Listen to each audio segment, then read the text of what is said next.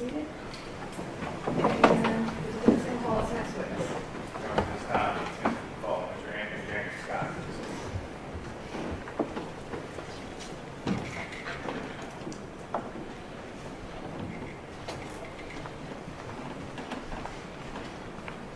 Mr. Scott, please raise your right hand.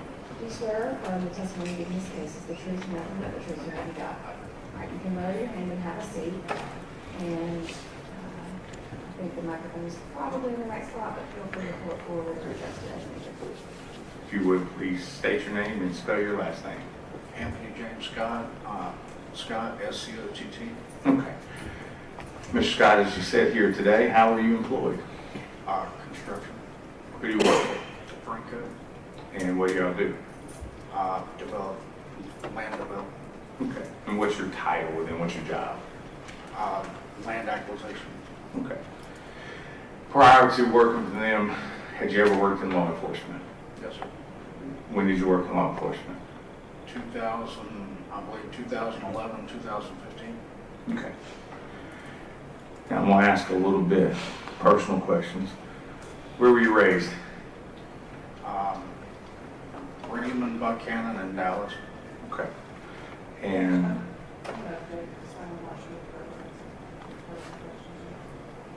just laying a little foundation, I think we can skip over. Just for a second, can everyone jury here get on here? Okay.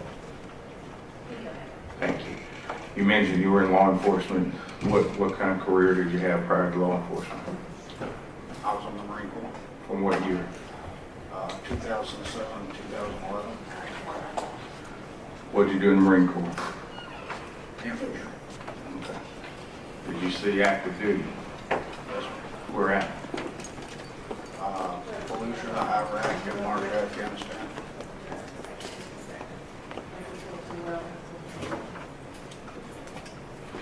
Just trying to build a little background to anyone else or any other witness.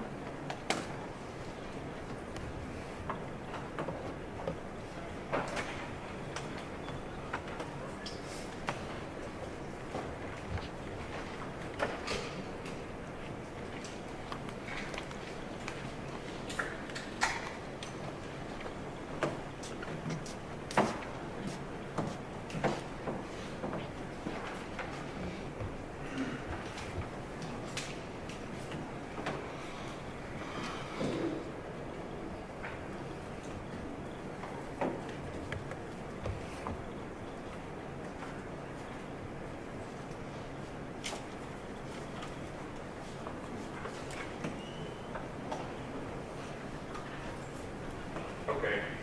You mentioned after the Marine Corps, you were in 2007, 2011, and then you went to work for Georgia State Patrol.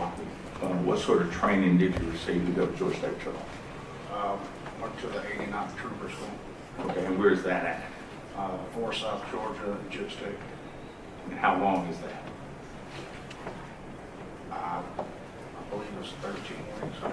I can't remember how long it was. Fair enough. And at some point in time, where were you stationed, or which post did you go to? Just a second.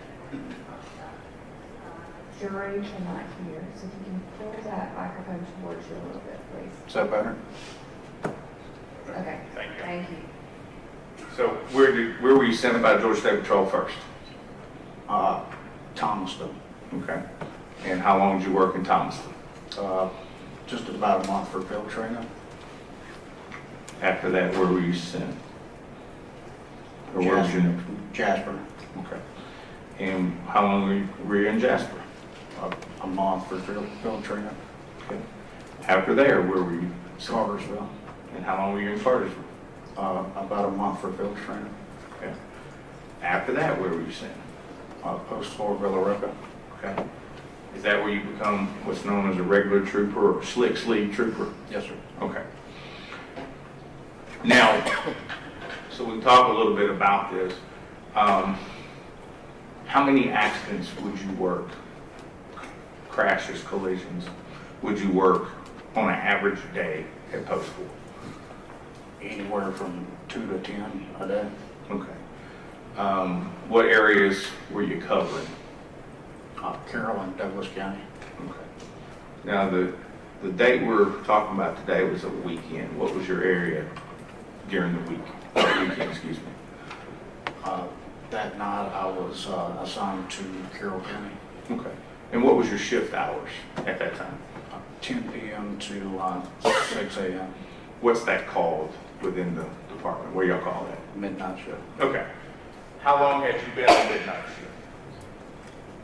I do not recall. It's normal that every trooper at the post at least work 3 midnight shifts a month. So that was part of my 3-day rotation for midnight shift. Okay. Let's go back to September 26, 15.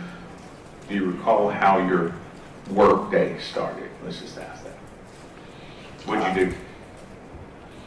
Got in my car and clocked in on duty off my computer at the house as I was leaving the house. Okay. And you'll have to give us address, but where do you live approximately? Buchanan. Okay.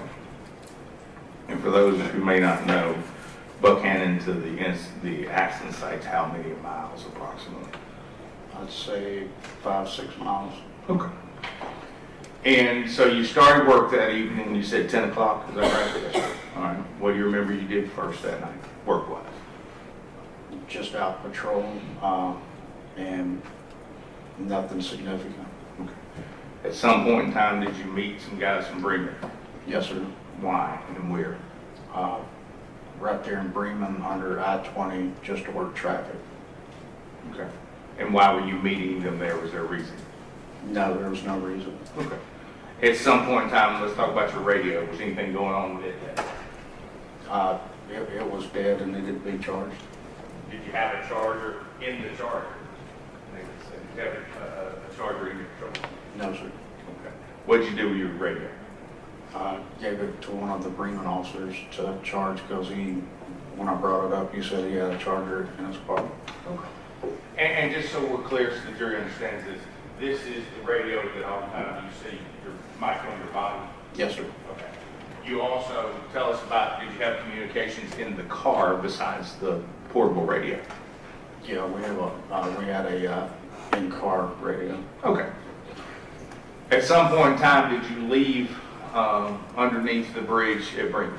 Yes, sir. All right. Tell us what happened. Why'd you leave? The communication center in Noonan had called, letting me know that troopers were chasing I believe it was 2 vehicles northbound on 16 headed into Carroll County toward Plattsburgh. Okay.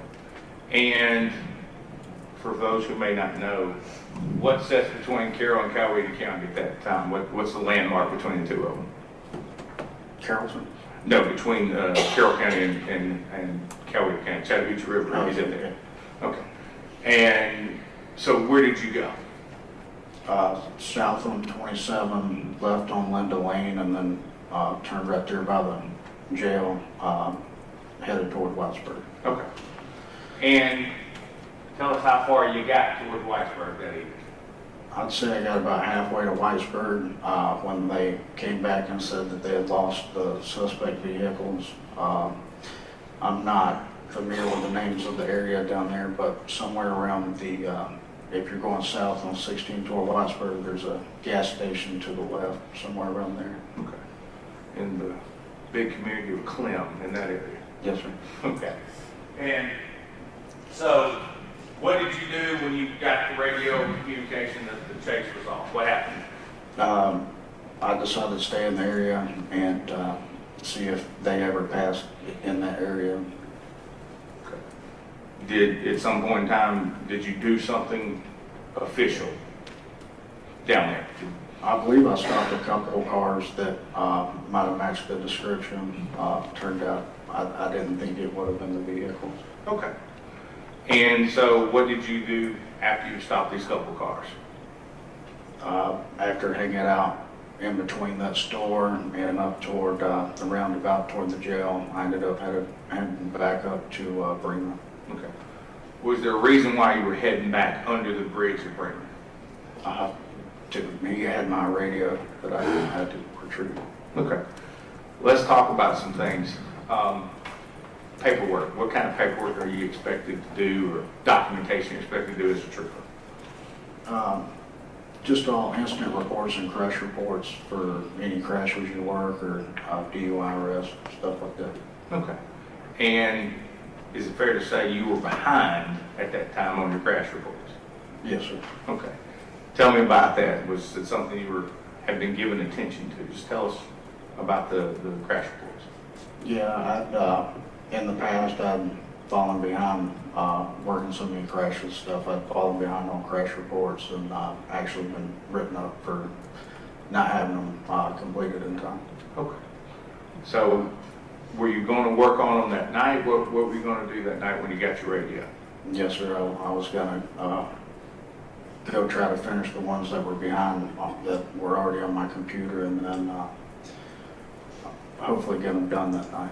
Okay. And just so the jury understands, there's a laptop or a mounted computer in your patrol car, correct? There is. Okay. And so you can work on these reports from the car, is that right? Yes, sir. Okay. Now, so you're down around the jail, down on 16, between there and Whitesburg. At some point in time, you stop two cars. So what happens then? I head back up to Bremen. Do you recall the route that you took? Same route. I went down there, past the jail, took a right on the bypass that eventually turns into Linda Lane, and then took a right on 27 going north. Okay. Now, we've watched your video and we've seen the crash. Let's just get it out there. You did not have lights and sirens on, correct? No, sir. Okay. Now I'm going to ask you a little bit about lights and sirens. Have there ever been an occasion where you have gone to a scene or gone to an accident without your lights and sirens? The majority of the crashes we did not respond with lights and sirens. Okay. When would you use lights and sirens? If there was nobody else on the scene yet, and there was a chance of us actually being able to save a life. Okay. So, or a chase. okay, or a chase. Okay.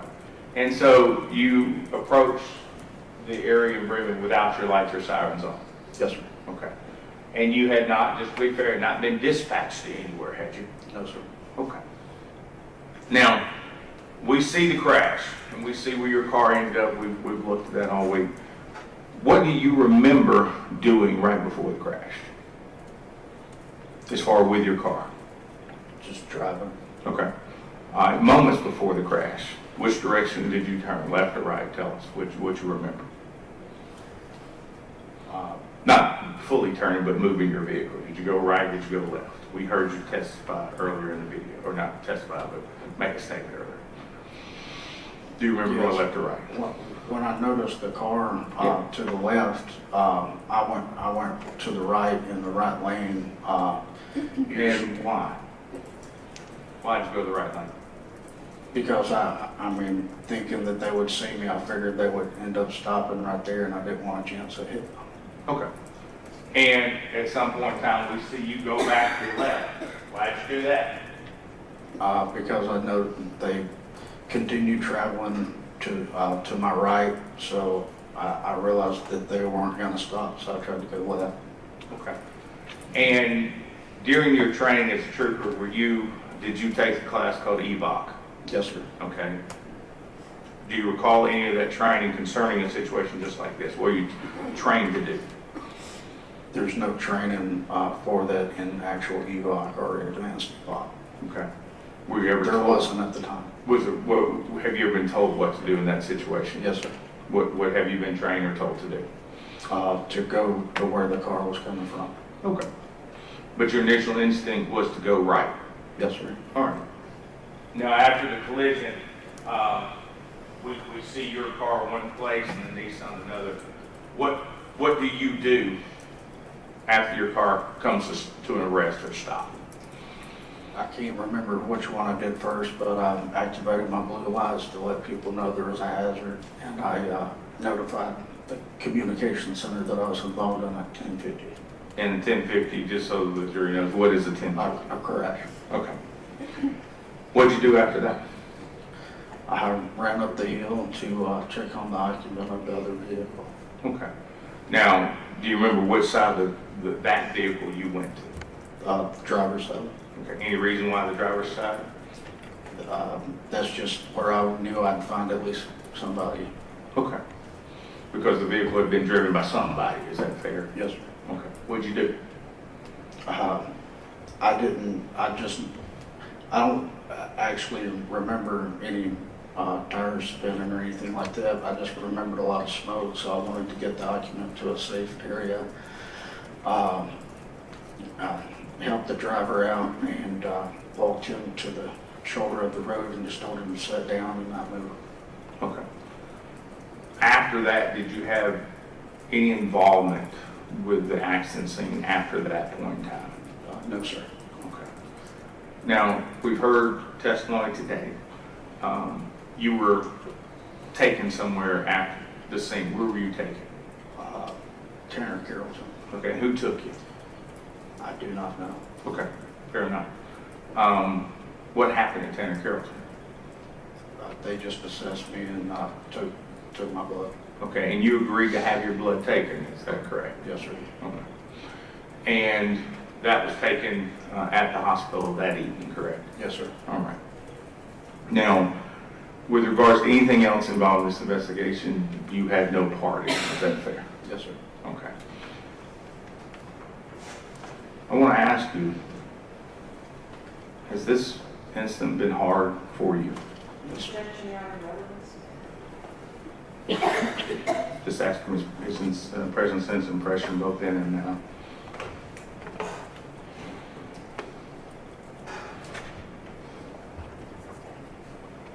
Very well. Mr. Scott, prior to this accident, September 15, you mentioned you'd worked for the State Patrol for approximately 3.5, 4 years, is that correct? Yes, sir. Okay. Had you ever had a collision in one of those State Patrol vehicles before? Yes, sir. All right, tell us about that. Besides, Young is simply basing his history with the State Patrol, and they made it clear that that's the job he had at the time.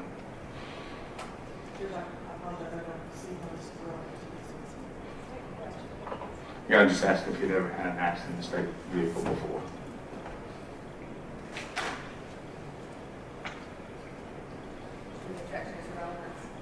Good one. That's all I have, Mr. Scott. Stay, I have some questions for you. Thank you.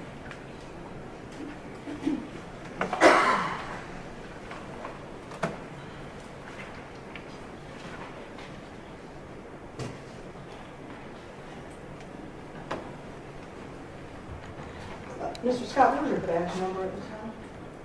121.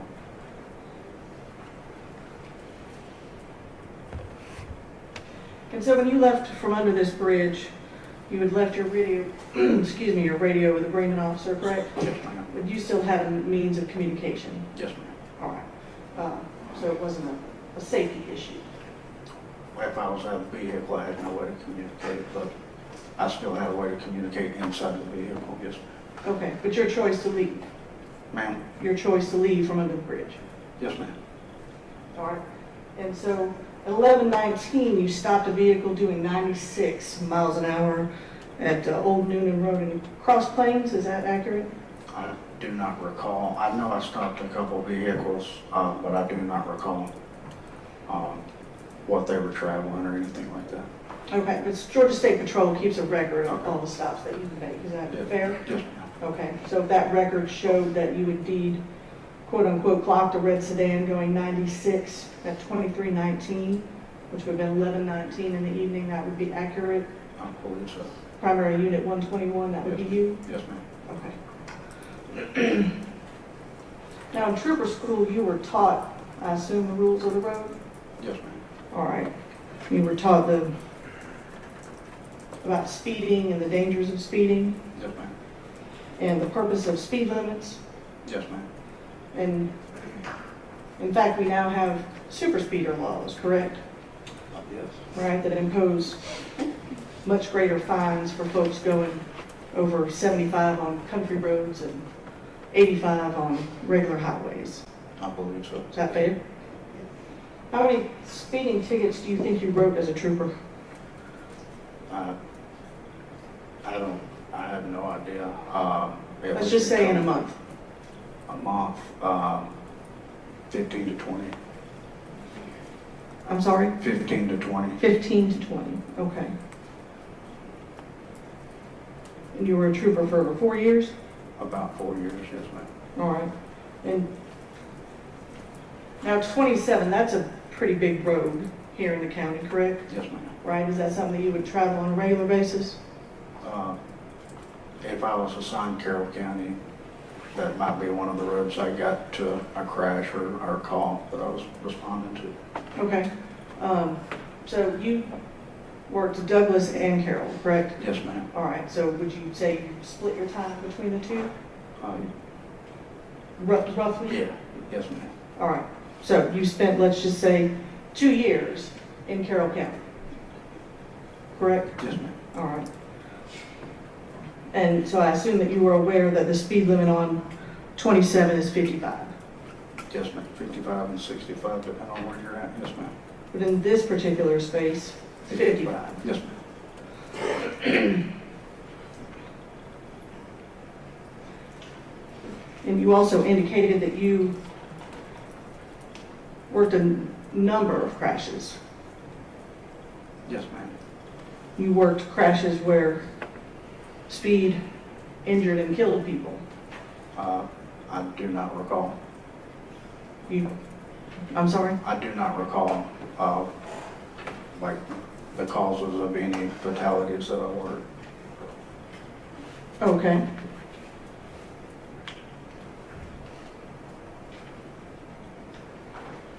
And so as a law enforcement officer, there are opportunities when you are permitted to speed. Is that accurate? Yes, ma'am. When you are on your way to a call with your lights and sirens, responding to an emergency, Yes, ma'am. okay? Perhaps chasing someone who's fleeing, Yes, ma'am. okay? None of those instances applied in this case though, did they? No, ma'am. All right. Now, we did talk a little bit about EVOC. You said that they didn't train you to turn to where the vehicle is coming from. That wasn't part of your training. Do you remember your EVOC training? I do, and there were three main parts of the EBOC training: braking to stop, the speed course, and things like that. But that training came on later, and I did receive training on what you're talking about. That came on after I graduated trooper school, and they sent us back to do a simulator for that. Do you remember how long EVOC was? 3 weeks. Okay, so 3 weeks where they teach you how to operate your patrol vehicle, Yes, ma'am. right? Operate it in emergency situations, defensive driving, skid control, Yes, ma'am. steering, braking, precision driving, Yes, ma'am. all of those things.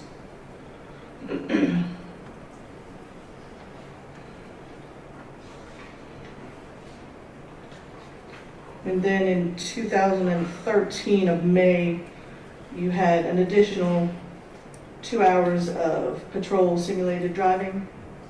That might have been what I was just talking about, I'm not sure. Okay, and April of 2014, pursuit liability and due regard. Yes, ma'am, that has to do with running blue lights and sirens. Yes, ma'am. Okay, and what does due regard mean? Or even if you're running blue lights and sirens, coming up to an intersection and there's a red light, you still have a due regard to yield to the cars that have the right of way. Sure, so due regard to other drivers on the road. Yes, ma'am. Okay, and then in June of 2014, another patrol simulated driving course. If it's what it says. Yes. Okay, and then again in 2015, your pursuit liability and due regard, once again. Okay, so another 12 hours of training about the operation of your vehicle. Yes, ma'am. Now, I want you to talk to me for just a minute. Tell me about your push bumper. What's that What it for? was used for? Yes. Mainly, like if there was a disabled vehicle in the roadway, you could use it to slowly push the vehicle out of the travel lane so there wasn't a chance anybody's tracking the vehicle. Or during a chase, you could perform the pit maneuver to safely get that hazard off the road. And it's essentially there to protect your car, correct? From damage? Yeah, it can be used to, I mean, it can protect your vehicle from damage, yes, ma'am. Sure, because if I'm pushing somebody's car with my car, right, I'm probably going to break something. Fair? Yes, ma'am. Okay.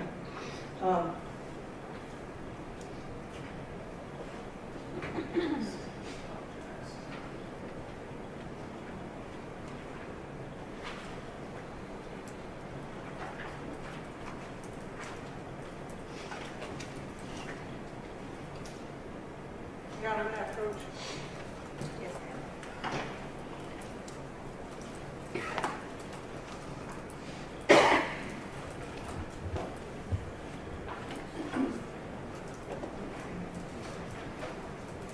I'm going to show you it's been marked as state 67, 68, 69. Can you look at those please? Yes, ma'am.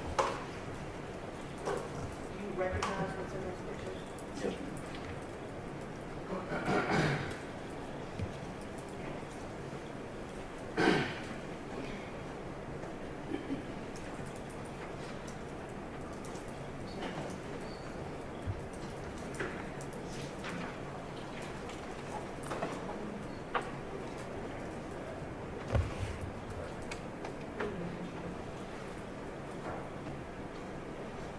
Now, can you tell me what these signs are on either side of this road?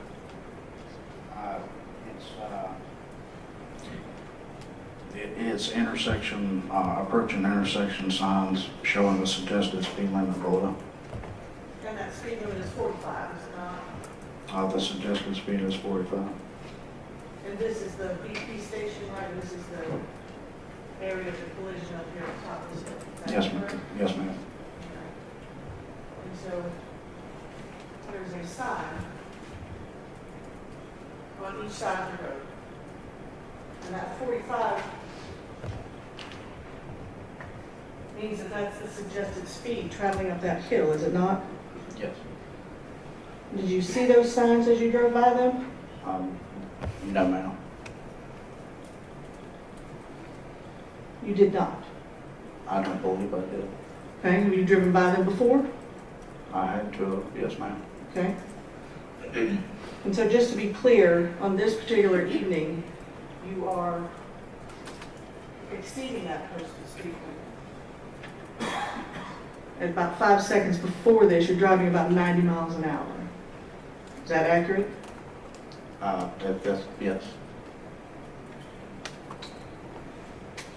And you are not running lights and sirens. No, ma'am. You are not going to a call.